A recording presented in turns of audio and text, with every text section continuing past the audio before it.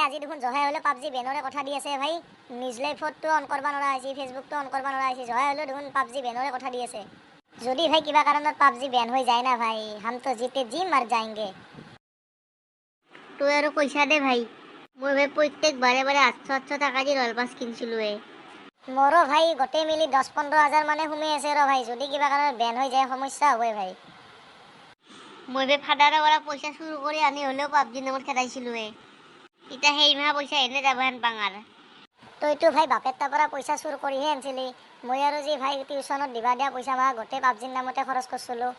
আৰু টিউশ্যন মাষ্টৰে পইচাৰ কথা সুধিলে ঘৰৰ অসুবিধাৰ কাৰণে ঘৰৰ পৰা পইচা দিব পৰা নাই বুলি কৈছিলোঁ ভাই। মই ভাই ঘৰত নোহোৱাকৈ মাজে মাজে কাম কৰিব গৈছিলোৱে। আৰু ভাই সেই পইচা মই পাবজিত খেদাইছিলোৱে। সেই কষ্টৰ পইচা মাহ এতিয়া এনে যাব হেন পাং। আজিকালি ঘৰৰ পৰা কোনোদিনে কাম কৰিব যাব দিয়া নাছিলে। একমাত্ৰ পাবজিৰ কাৰণেহে কাম কৰিব গৈছিলোঁ ভাই। এতিয়া সেই কষ্ট মাহ এনে যাব হেন পাং। ভাই তোহাক দেখোন মই আগৰ পৰাই কৈছিলোঁ বোলে এই গেম চেমৰ নামত ইমান টকা খৰচ কৰি লাভ নাই। এখন মাত্ৰ গেমহে, তুহুনটো এনেও খেলি থাকিব পাৰিলেহি। মই দেখোন তোহাক আগতে হাত দিয়াতে মোক তুহুন ৰাগ কৰিছিলি।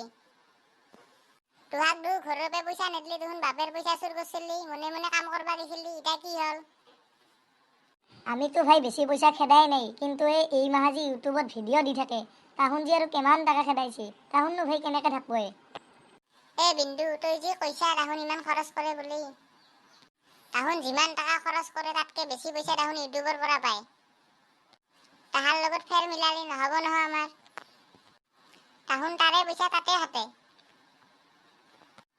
ইটা হয়তোতো হৈয়ে গেল, সেইগিলা কথা ভাবি এতিয়া লাভ নাই। এতিয়া আমি পঢ়া পাতিত গুৰুত্ব দি জীৱনটো গঢ়াৰ কাৰণে চেষ্টা কৰিব লাগে।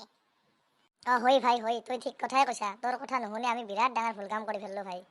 এতিয়া আমি আৰু বেলেগ কথা মনক নানি ভালকে পঢ়া শুনাত মনোযোগ দিম আৰু। হয় দে ভাই, হয় ভাই হয়। এতিয়া আৰু কি কৰবি ভাই, গোটেই মাহে ঘৰে ঘৰে যোৱাৰ কি কৰবি আৰু এতিয়া থাকি আৰু বহিও লাভ নাই। সেইগিলা কথা যা কথা বাদ দি। নমস্কাৰ, আমি সৰু মানুহ চেনেলৰ পৰা ৰাইজলৈ এটা সৰু মেছেজ দিবলৈ ওলাইছোঁ। এই যে মোবাইল গেম বা ছ'চিয়েল নেটৱৰ্কৰ প্ৰতি কিছুচাম পঢ়া শুনা কৰা ল'ৰা ছোৱালীয়ে এনেকৈ সোমাই যায় যে সিহঁতৰ নিজৰ পঢ়া শুনা আৰু ভৱিষ্যতৰ কথা পাহৰি যায়।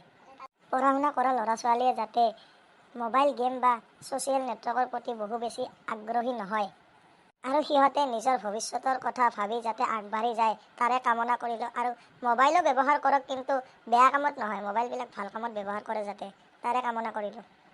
যদি আমাৰ ভিডিঅ'টো চাই আপোনালোকে ভাল পালে তেনেহ'লে লাইক কমেণ্ট শ্বেয়াৰ কৰক আৰু আগলৈ এনেকুৱা ভিডিঅ' চাই থাকিবলৈ চেনেলটো ছাবস্ক্ৰাইব কৰি কাষতে থকা বেল আইকনটো প্ৰেছ কৰি দিব।